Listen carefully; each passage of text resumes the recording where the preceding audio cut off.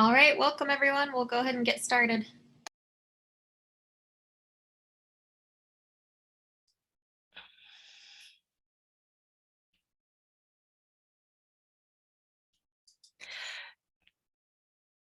Uvlulotak Uvanga Kazuglana. Good afternoon. My name is Kazuglana, or Barb Amarok. Thank you for joining today's event. I am very honored to assist as facilitator today for our presenter, Dr. Jessica Black. Before we begin, I would like to inform you that this event is being recorded for those who are unable to attend. We start out by acknowledging that those at our Troth Yetta campus in Fairbanks are on the unceded customary lands of the Dana people of the Tanana River. In Nome, we are on Inupiaq, Yupik, and Siberian Yupik lands. We honor the continued fight for the rights of First Peoples and stand together in solidarity and action. At the University of Alaska Fairbanks, we are growing into a socially just and caring institution of higher education. This ongoing speaker series titled Shine a Light, Promoting Conversations on Diversity, Equity, and Inclusion is designed to encourage understanding, build empathy, and engage us in thinking critically about our worldviews. The series is led by UAF's Northwest Campus, but like all great diversity efforts, there are many partnerships and collaborations. We thank the UAF Department of Equity and Compliance for teaming up with Northwest Campus to bring presenters to you. You can find recordings on the Northwest Campus website under the Courses tab. This link will be added to our chat bar. Today, we are very honored to present Dr. Jessica Black, who will share critical reflections on ensuring an equitable and inclusive space for all students. The title of her presentation is Decolonizing the Classroom. Dr. Black is Gwich'in, and her family is from the communities of Fort Yukon and Nenana.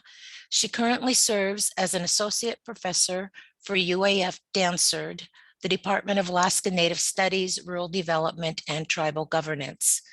Dr. Black received her bachelor's degree in social work at UAF and her master's and doctoral degrees in social work at Washington University in St. Louis. Her dissertation and current research examine the relationship between governance and well-being among Alaska Native peoples, especially as they relate to tribal stewardship and cultural connectivity. Dr. Black is the president of Fairbanks Native Association, a member of the Tanana Chiefs Conference Health Board of Directors, and a project researcher for the Alaska Native Collaborative Hub for Research on Resilience. She resides in Fairbanks with her family. However, she frequently returns home to Fort Yukon to hunt, fish, gather, and engage in important cultural activities. Dr. Black shares that creating an equitable and inclusive space for all students to thrive on college campuses has gained momentum in the last few years. Diversity, equity, inclusion initiatives abound, yet much work needs to be done to ensure that campuses across the United States are truly inclusive and equitable spaces, not just in thought, but through meaningful actions. Dr. Black will dive into practical ways for faculty, staff, and administrators to rethink dynamic education and actualize decolonial classrooms and spaces. Please use the Q&A option at the bottom of your screen to ask any questions that Dr. Black may address at the end of the presentation. You are more than welcome to use the chat feature, but please be sure to put your questions in the Q&A feature so that we don't miss them. At this time, I turn it over to Dr. Black. Masit Cho, thank you, Dr. Amarok. And hello, everybody. Happy end of the semester. It's good to know that a lot of you are out there, and excited to share a little bit with you today. The title of my talk today is Decolonizing the Classroom, Critical Reflections on Equity and Inclusion.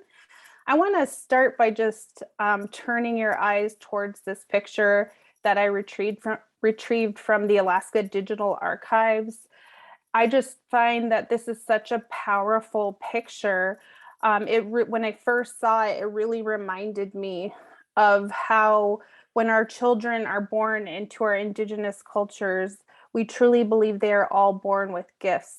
And it's up to us to really see those gifts and bring them into the light and acknowledge them. And so this picture really resonated with me as I was putting together my slides for this talk and how I think about education in the post-secondary context.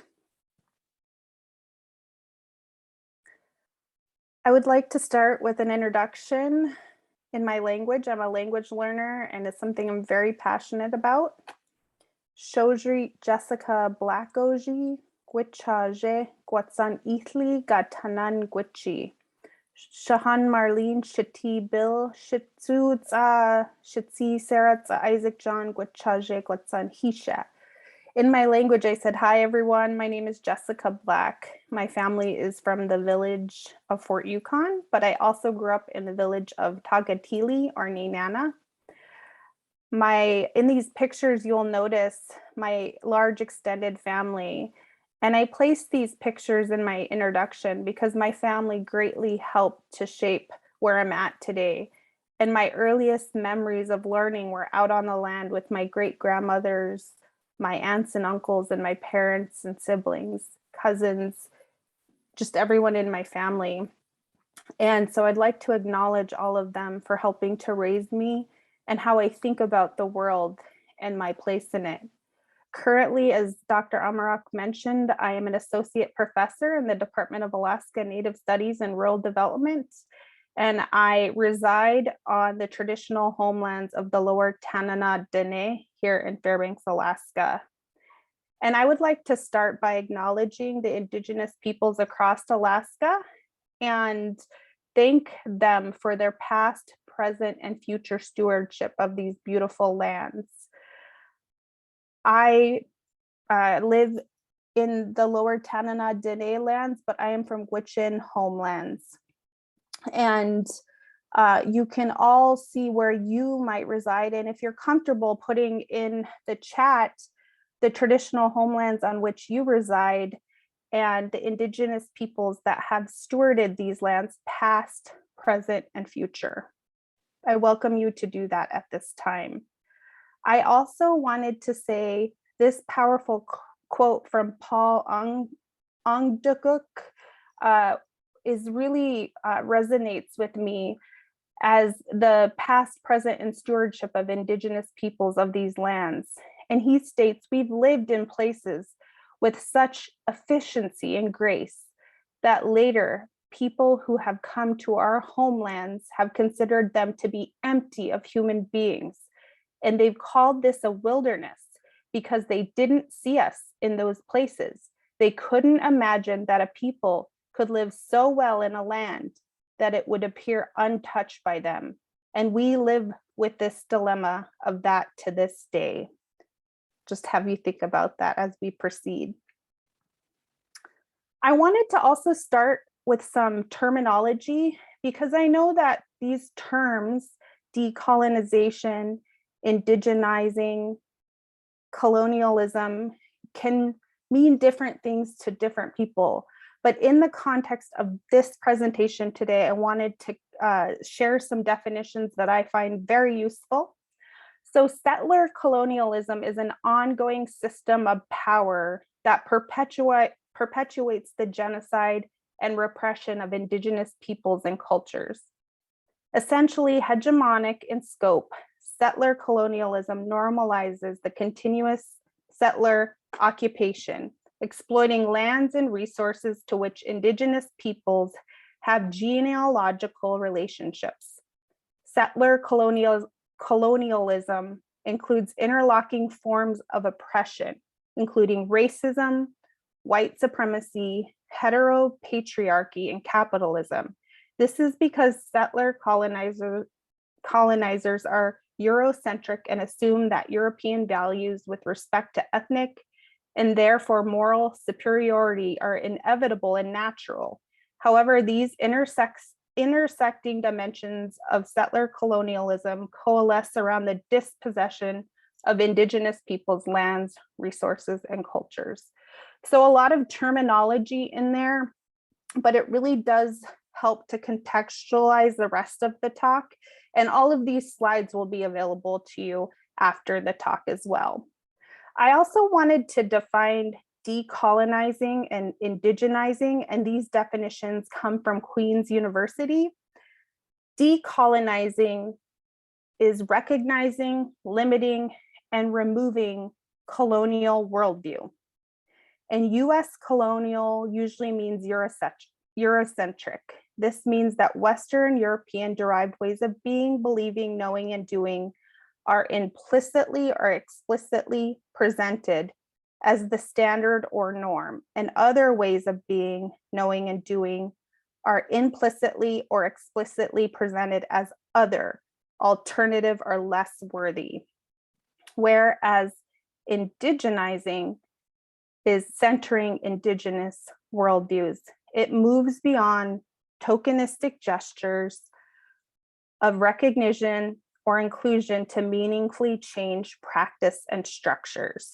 Power, dominance, and control are rebalanced and returned to Indigenous peoples, and Indigenous ways of knowing and doing are perceived, presented, and practiced as equal to Western ways of knowing and doing. I'm going to pause for a second and just let you review those terms because I know I packed a lot in there. And before I move on, I noticed a couple of times my screen kind of froze. So I want to make sure that the facilitators can hear me okay. And I'm showing up.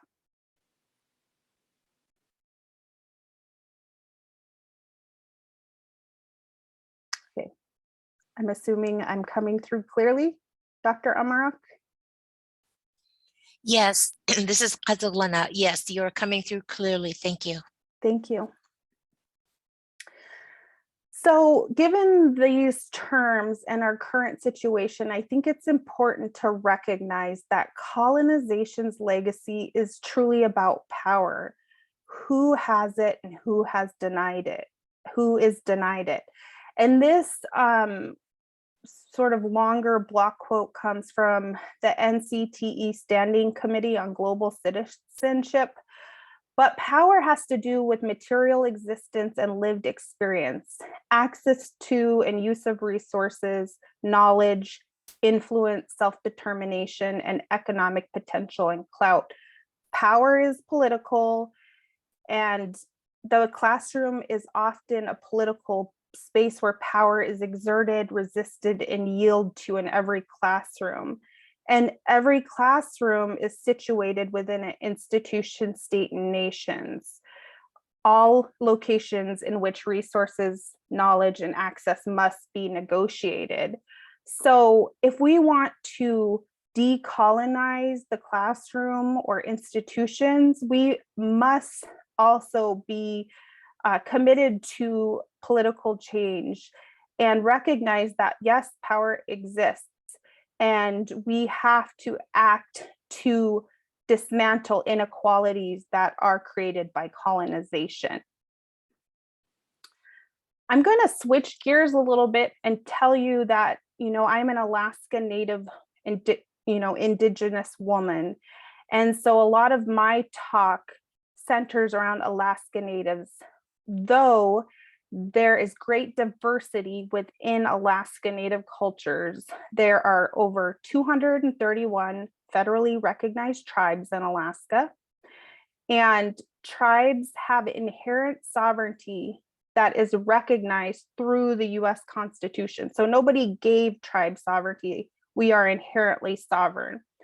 And tribes express their sovereignty in different ways, compacting for healthcare, advocating for culturally relevant and or tribally compacted education, and promoting Indigenous governance of the lands, waters, and natural resources, or what I like to refer to as relatives. In essence, tribal sovereignty and governance is a critical aspect for Alaska Native well-being. Alaska Natives also are reawakening our languages. There are over 20 languages with distinct dialects, and we have over 14,000 years of Indigenous stewardship and care. We are Alaska's first peoples with deep and rich histories, profound land-based and spiritual teachings, and strong familial ties. As I mentioned in my introductory slide, our first educational experiences often start with our families, rich cultural land-based experiences in accordance with our traditional values. And so when our Indigenous students or our Alaska Native students come into our classrooms, they aren't coming as empty vessels. They are coming as leaders within their families and communities. And just like the picture on the very beginning slide of the elders placing a necklace on the small child, each child is a leader in their own right, bestowed with certain gifts from their namesakes, from their extended family and community leaders who see their potential. And so that will really help us to think about how we interact with our students in the classroom space. I also have to situate some of my talk regarding education in Alaska and some of our history that really has impacted us yet today. The first contact with Alaska Native people happened approximately in 1728 in the Diomede Islands. And then in 1883, the Russian American Company established a trading post, which became the first non-native settlement within the region.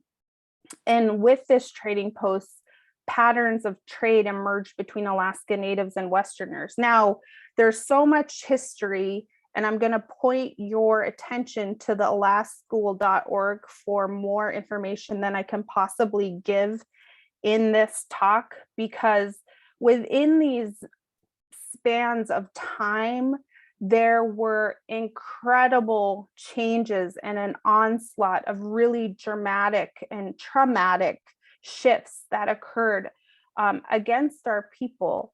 And it varied region by region, but some of the goals were absolutely the same: assimilative efforts and genocide as well. So we've experienced so much change since first contact. In 1848, whaling crews came to the area to take advantage, non-native whaling crews, of the resources, and many of our animal and sea relatives really were greatly impacted, and some of them were almost depleted as a result of this contact. And this too had really profound and dramatic impacts on our peoples, because we live in such close relationship with the land, sea, rivers, and our entire environment.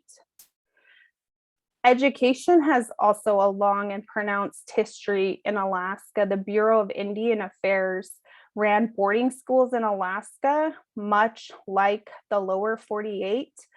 And in the early 20th century, many children were sent away to boarding schools. But as the century progressed, boarding schools were established by missionaries, different denominations here in Alaska. And the goal was very similar: to assimilate Alaska Native children. And so children as young as 5 years old were taken away from their parents and sent to these boarding schools. And these places were really so different than the way that children learned at home. They were also places of great abuse where power was exercised and many atrocities happened. A lot of the experiences and the knowledge and information about student experiences in boarding school is coming out.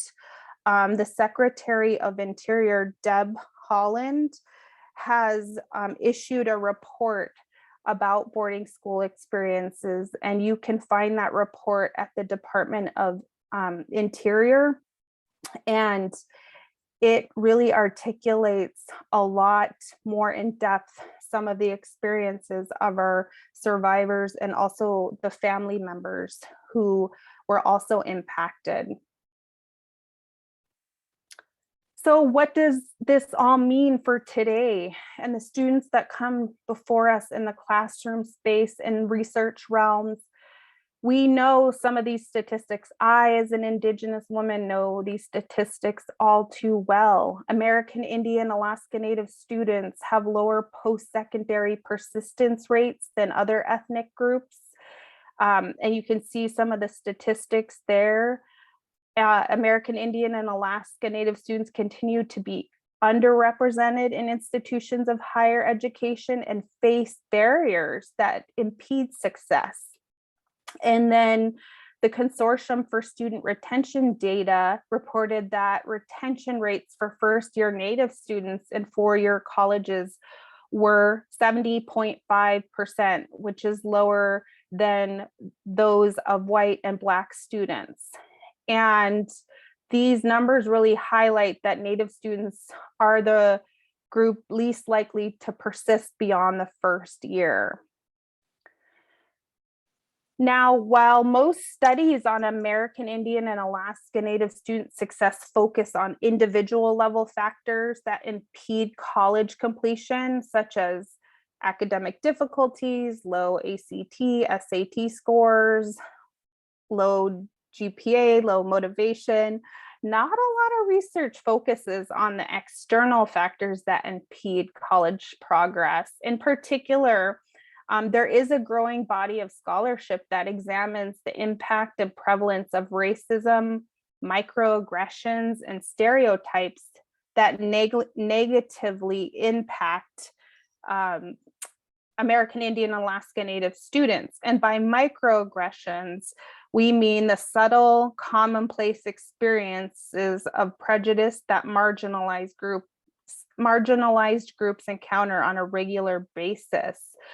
And the frequency of microaggressions has a cumulative impact that can really adversely affect academic achievement, foster feelings of isolation, and promote depression.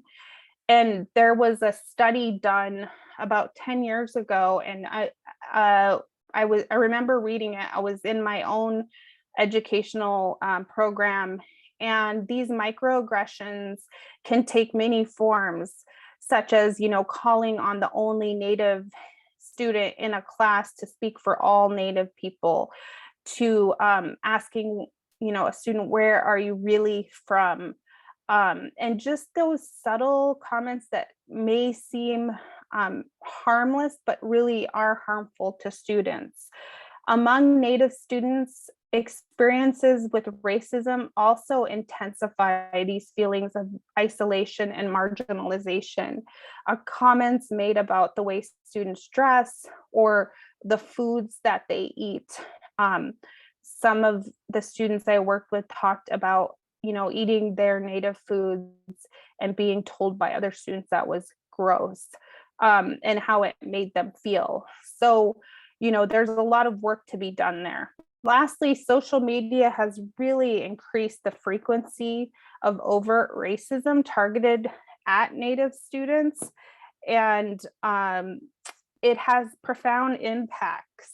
Dr. Brian Brayboy argued that Native people in colleges are, quote, in the racial battlelands engaged in an ongoing conflict between normative Eurocentric, non-Native college and university culture and Indigenous heritage. So just something for us to think about. But despite these challenges that I just mentioned, there are also factors that have really increased Native students' likelihood of persistence and success in post-secondary education. And I would include primary K-12 education as well, connections with family and home, participation in traditional ceremonies at home. Some studies have found that Native students' practice of spiritual teaching has been found to be associated with student persistence, so making those spaces. Native-centered campus resources are also a key factor for persistence, such as a Native-specific center. At UAF, we have rural student services, but at each of our campuses, we have something similar where we provide a space for students to create relationships with each other and Native staff. These centers can serve as a home away from home and mitigate against student isolation. And I think during this time of a pandemic, this is even more important because so many students have shared feelings of isolation as they've had to move to online courses, or if they are on campus, go to class from their dorm rooms. But more broadly, Native students who attended colleges that supported their cultural identity not only increased efforts in their coursework, but also experienced a greater engagement of ideas with non-Native peers and faculty. And we are still here. Despite colonization, land theft, theft of our children, and all attempts to solve the quote unquote Indian problem, we are still here. And we are actively pursuing our true histories, embracing who we are, and correcting false narratives that pathologize us. Our histories and our strengths teach us that our cultures are beautiful and embody all that we need to heal and become who we are once again.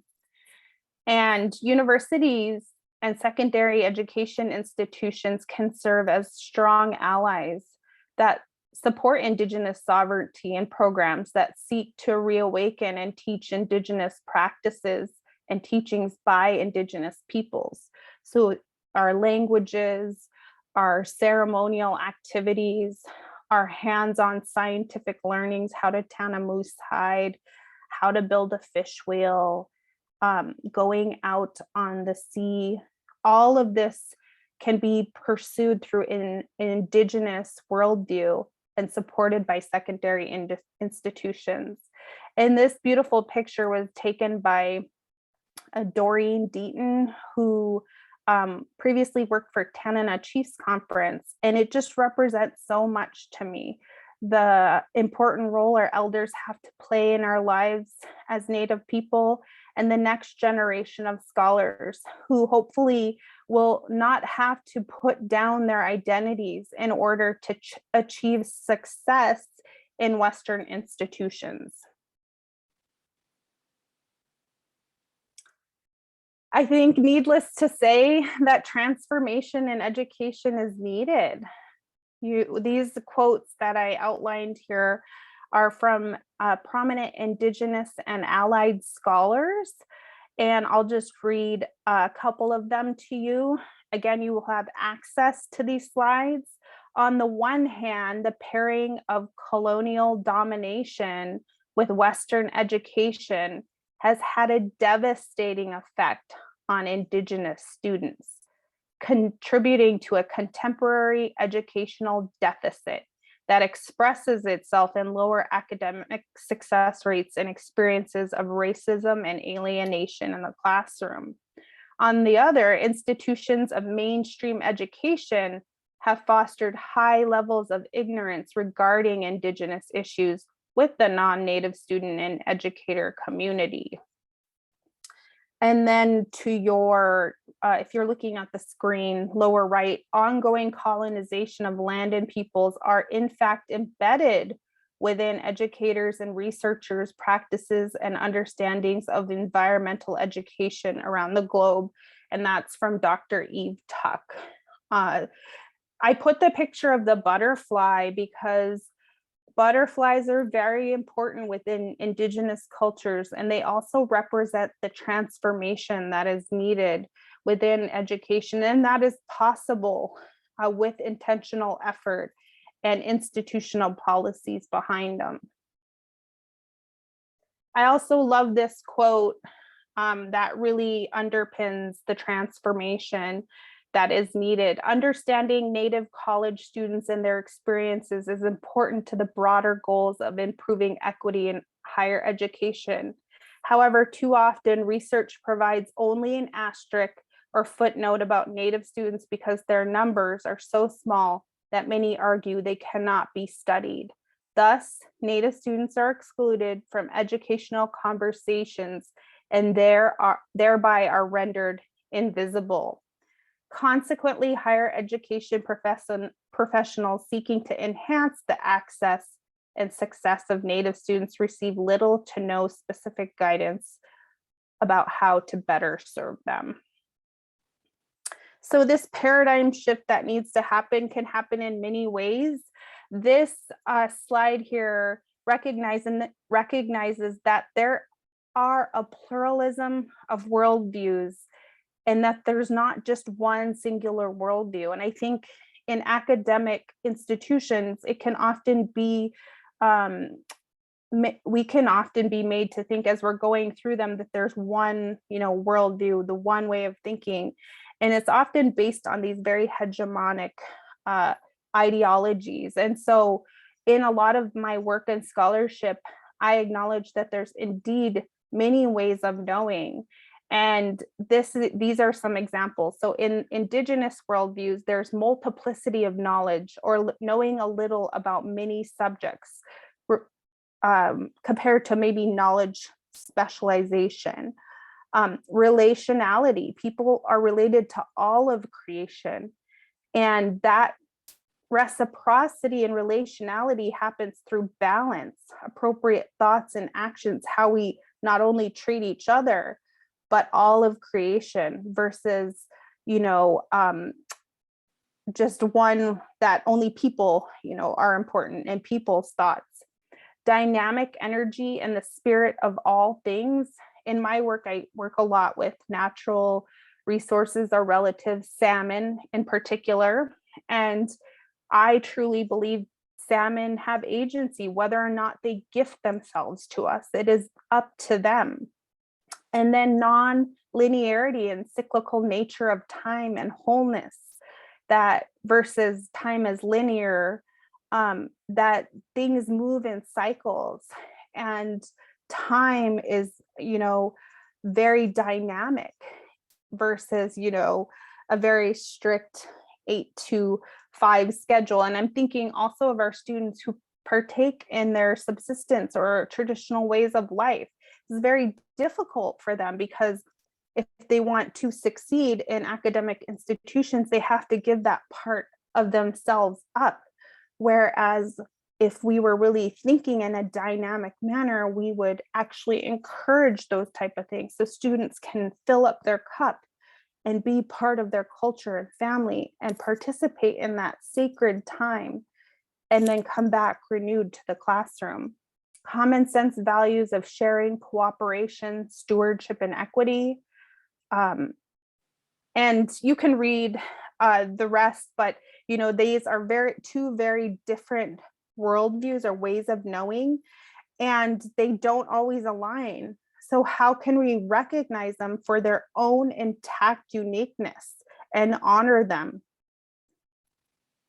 I'd also like to point out this beautiful painting by Otna artist Zach Martin, who's really did a beautiful job articulating this Indigenous worldview around stewardship and time and reciprocity and relationality.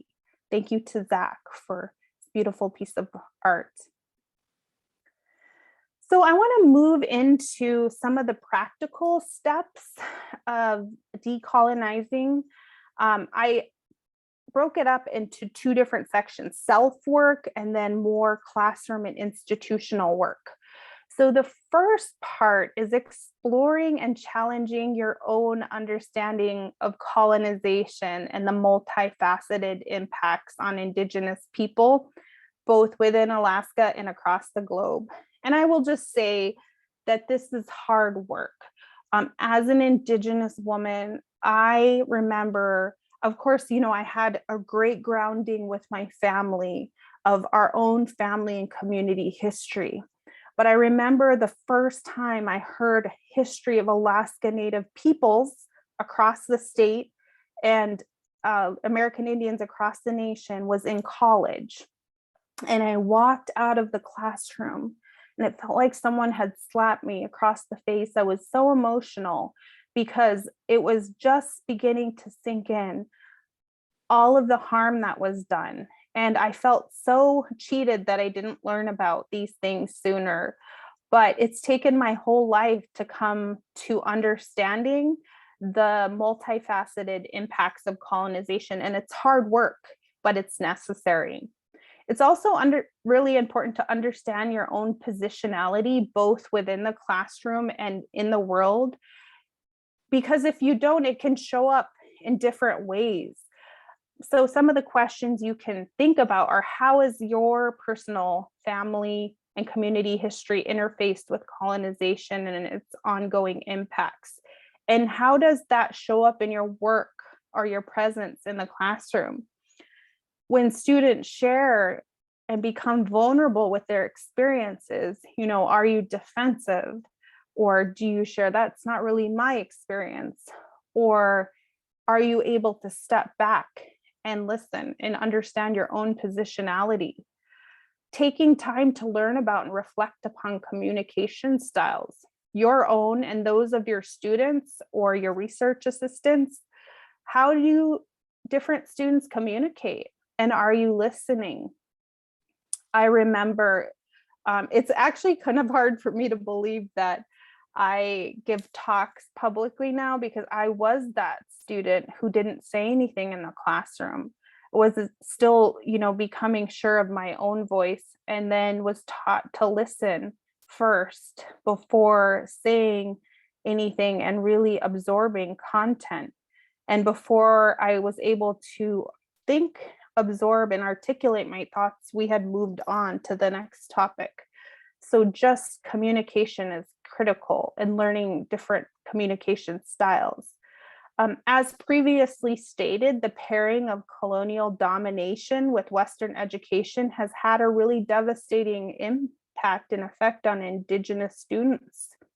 This self-reflection is critical to creating equitable spaces where every student can thrive. What does this require? This requires us to understand how students learn and creating spaces for different learning styles to emerge.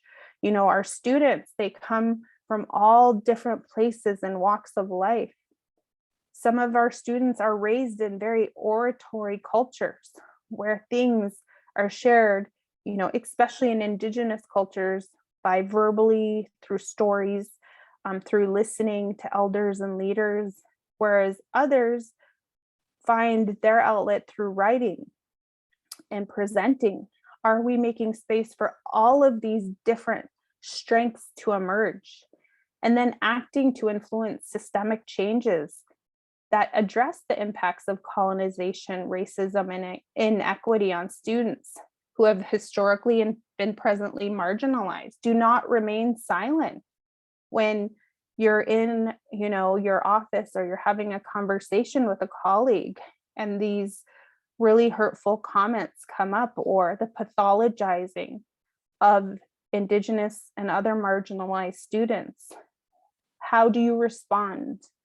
And do you take those steps? An educator is a system of oppression. An educator in a system of oppression is either a revolutionary or an oppressor. Leroy Bennett Jr. thought that was powerful. At the classroom and institutional level, there's some really powerful things you can do that tell the students that you're listening, that you care. You can organize your classroom space in a way that recognizes and includes Indigenous students' feeling of belongingness, such as a circle or a shared table. Include readings and curriculum materials that pull from diverse knowledge systems, Indigenous authors, elder speakers, Project Jukebox, Indigenous podcasts, This is not only good for Indigenous students, but all students. Using visual art with permission and purchase from the artists that represent Indigenous students, communities, and cultures, and creating respectful places. So I think I'm running out of time, but I wanted to share with you a couple of projects that I work on that really try to engage in decolonizing and indigenizing processes. The first is indigenizing salmon science and governance in Alaska, and Damumta. Barb, how am I doing on time? You definitely have more time if you want to go for 5 more minutes, then we can respond to comments and questions. Okay, great. So the first one is indigenizing salmon science and management, where we document the breadth and depth of Indigenous values, knowledge, and governing systems in Alaska, and use that wisdom to improve current science and management and processes for all. Hey, Barb, my internet keeps cutting out.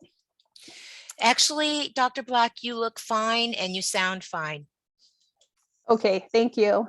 So here we involve students. Our methodologies are process focused. We use circle dialogues, multi-generational interviews, and cultural exchange and deep learning. And we have projects across Alaska. We also have Damumta, which means all of us, in the Sugpiaq and Yupik languages. And the goals of Damumta are to provide a supportive program for the next generation of Indigenous and allied scientists and managers, and provide supportive program for the next generation. Oh, sorry, I see that's a typo. And engage in decolonizing and indigenizing approaches widely across the UAF and our partners. And we have just invited our second cohort. We do some of this work through inviting Indigenous scholars and thought leaders to help us shift pedagogies and increase student success. Elders and Residents program. We also host difficult dialogues where we come together with people who think in different ways to talk about some of these difficult conversations. And then art installations across our campuses that really promote representation. So this beautiful piece of art is by Yupik artist Abayuk Moore, and we commissioned her to brand our Damumta program to reflect this interconnection of Indigenous knowledge and Western science together to really not only solve some of our most vexing challenges, but to uplift Indigenous knowledge, peoples, and ways of life. I also wanted to give a shout out to the RHS Rural Human Services, HUMS and Social Work Pipeline. One of my friends and colleagues, Diane McAkron, as well as many others teach in this program, and Robin Henry and many elders. I'm gonna miss some people, but just know I'm thinking of you. RHS offers a culturally grounded training and university education designed for rural village-based human service workers. Skill development, education, and training are provided in a variety of topical areas such as crisis intervention, suicide prevention, community development. And with the support of RHS faculty, elders, and staff, students progress through their education and can move forward in the degree pathway. What I love about this program is Indigenous methodologies are utilized in the classroom, and critical reflection a part of every class. So I really love this program. There's also always an elder instructor alongside the university professor. So there are models out there. We just need to highlight them, uplift them, and really do our best to take some of those tools and try them out in our own classroom. I wanted to share with you putting thought into practice. There is a site called PBS Teachers Lounge, And Terry Cowie wrote a piece about decolonization starts with us. And she talked about how educators can start a process of decolonization by taking a moment to write down their teaching ideology as it pertains to students and their abilities. And some of the questions to guide this process include, how do you view success? What are your expectations for your students? Now think about your seating arrangements and the types of learning activities you plan and have your students engage in. Are students seated facing you at all times? Do students collaborate and engage in interactive learning structures? Think about it and how you actively amplify student voice and build student agency in the classrooms. Do students have a voice and do they have a say in their learning? Think about the student to teacher talk ratio and the nature of discussions in your classroom. Are you the sole or loudest voice in the classroom? Think about how you talk to your students and about your students. Do you use deficit-based language and hold assimilationist beliefs? Think about how you resolve issues in the classroom. Are you inquiry stanced and solutions oriented? Do you engage in power struggles with your students? How often do you give students referrals and how quickly? And then she asks you to compare your teaching ideology statement with the answers to these questions and see where they align or diverge. So I would like to close by saying Masit Cho to all of you for tuning in today. But mainly I'd like to say Masit Cho to my students who have taught me and helped to shape my own process of decolonization. I am forever grateful to all of you. Thank you. Cleanna, Dr. Black. Thank you very much for being here today, and thank you for your forthright chronicles, messages, and recommendations, and for the descriptions of your social justice and advocacy work, and thank you for the valuable resources. We'll now address questions that came in during the presentation, and in response to your request for recognition of whose customary lands we are living and working on, the responses included Sugpiaq land, Tanana Dene land, Lower Tanana Dene land, Inupiaq land, land of Dana people, lands on the border of Inupiaq and Koyukon Athabascan lands, traditional Dena'ina lands, traditional homelands of the Ute, Cheyenne, Arapaho, and Arapaho peoples, Otna lands, lands of the Akwon people, and traditional lands of the Inupiaq, Yupik, and Siberian Yupik peoples. So we have quite a representation today. So as for the questions, this question, I will give it to you, but I think you've answered it. It seems like decolonizing is about teachers and faculty beginning by acquiring or having knowledge of multiple worldviews, the history of contact for Indigenous people, and the traumatic change forced on Alaska Native people. Is this accurate? Yeah, it is accurate. And I think part of the message I was trying to relay is that it takes a lot of work that we have to do. We have to start with ourselves and have an honest conversation about colonization, how we've benefited, how we've been impacted by, and how that shows up in our lives. You know, are we resistant to even hearing these types of conversations? Do we feel a churn in our stomach when I talk about the classroom as a political space? You know, a lot of that self-work needs to happen first, and that's coming to your own understanding. I always say it's good to struggle internally because that means you're doing the work. There's so much materials out there But also decolonization is active work. It's active, putting these things into action, having critical conversations amongst your peers. How conversations tend to sway about students and the way they show up without taking into account some of those contextual and historical factors that I mentioned. So it's an ongoing process that is iterative and takes years, if not a lifetime. Like I mentioned, I'm going through my own decolonization process as I've been trained in Western academia. And I think back early on in my life and my grandparents trying to teach me my language and my culture. And it was like I had to take off my hat at the classroom door when I walked into school and be someone totally different.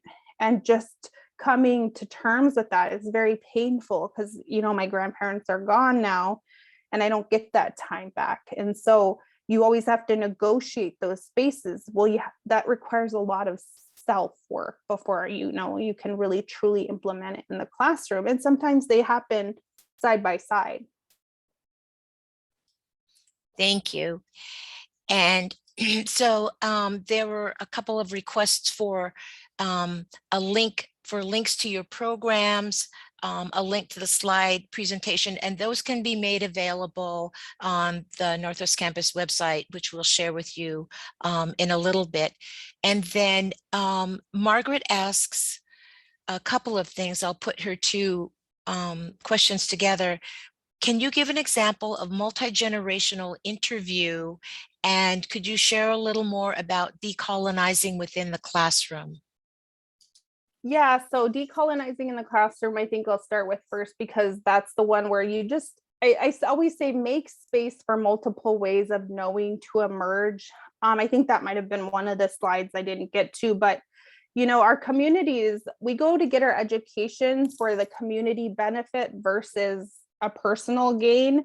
And so making space for multiple knowledges to show up, whether bringing elders into the classroom, allowing students to share oral histories or learning from their perspectives, the type of readings that you require all students to read, putting chairs in a circle so students are more of a community versus like individuals listening to a lecture. Ensuring that the power dynamics, is one person talking all the time, or are you making space for multiple people to share? One good way you could do that is there's the Alaska Native Dialogues on Racial Equity First Alaskans agreements, and it's on their website, First Alaskans. And if you start with those dialogue agreements at the beginning of every class, and situate your students to make space, it just becomes normative. And those values, which is what they really are, show up in really unique ways in the classroom.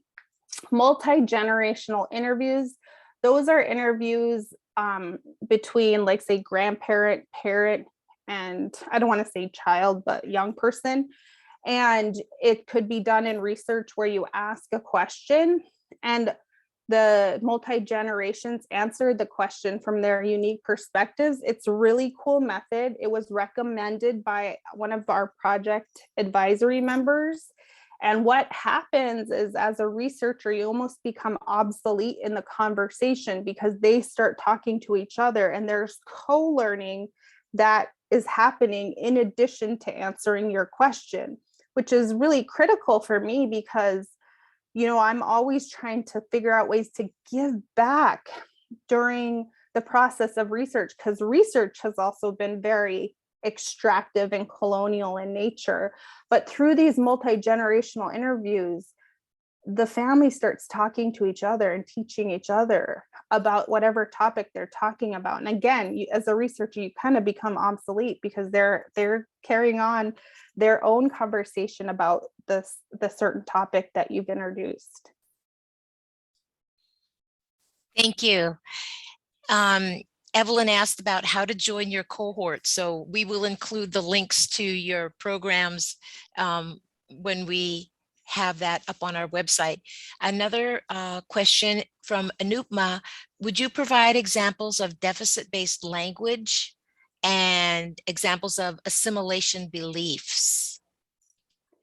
Yeah, so deficit-based language, I think, what I've heard is pathologizing Alaska Native students. So, even in my talk, I talked about some of the negative statistics, and a lot of times that's what's shared without a balance of also sharing the strengths that exist. And so that's one example, but also just grouping groups of Native people as if everybody has the same experience is also very harmful.